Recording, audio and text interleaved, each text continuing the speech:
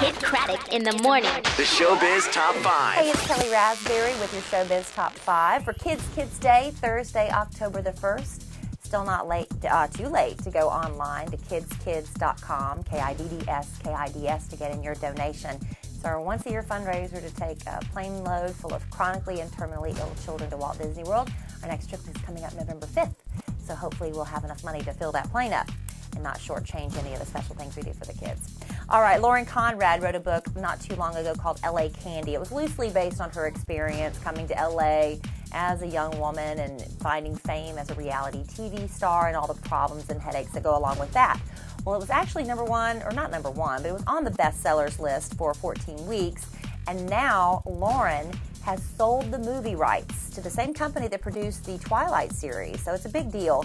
And she's also going to serve as the executive producer. I don't know how someone who's so vanilla keeps getting paid like this. But apparently, I'm not the only one that thinks that, because The Hills debuted this past Tuesday night. The ratings were the lowest they've ever been for a premiere of the series. This is the first year they've done it without Lauren Conrad. Of course, they've spent all this time promoting Kristen Cavallari. It wasn't like too big of a dip, but it was still lower than they've been seeing with the ratings.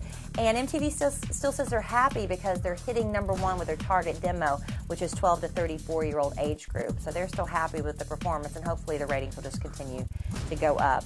American Idol runner-up Adam Lambert's CD is not even available yet. It won't be out until November 24th. They've done no promotion on it yet. They haven't even promoted the fact that you can pre-order his CD.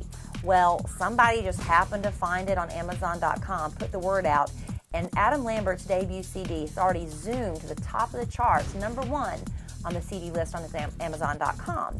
Meantime, Chris Allen, the guy who won the whole American Idol thing, his CD is going to be out a week before Adam's, because you know what, he won the competition. You got to give him a little heads up there, a little lead. Well, his CD is only number 63 on Amazon.com. What does that tell you? Now, Kim Kardashian says she has heard enough. She's tired of reading online and hearing all the, the gossip columnists talk about how her sister Khloe's wedding to Lamar Odom was fake. She said it's very much real. Let Mr. and Mrs. Odom enjoy being newlyweds. Give them a break. But you can't discount the audio that TMZ just got, which kind of is funny. We already know that E said we'll pay for the wedding as long as you go ahead and do it, because we have to have it, for this season, and it's going to air on November the 8th. Well, you can actually hear the producers of the show on their headsets talking back and forth to each other. They're looking at the script for the wedding, and they're trying to decide when Khloe should tell Bruce Jenner that he's just like a real dad to her. Should it be before he walks her down the aisle, or as he's walking her down the aisle for dramatic impact? So I'm sure it was quite interesting to have been a guest for all the staging. They said at one point when Khloe got down, was escorted all the way down the aisle, she had to go back up and reshoot some scenes again. It's really kind of funny stuff. Doesn't mean it was fake necessarily, but people are having trouble finding a marriage license anywhere. And after nearly 3 years of dating, Justin Timberlake and Jessica Biel reportedly are through.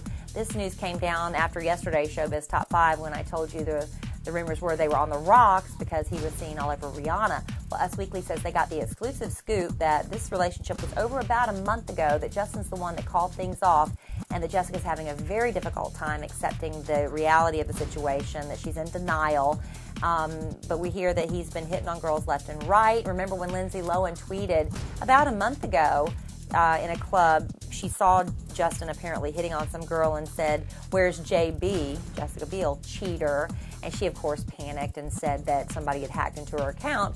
But we hear it was more like Justin found out what she did and was furious and told his people to ban Lindsay. Ban her from what? I'm not really sure, but to ban her and make her life miserable. So she was a little freaked out. I guess Justin Timberlake has a lot more power than we were aware of. And that's your Showbiz Top 5 for Thursday.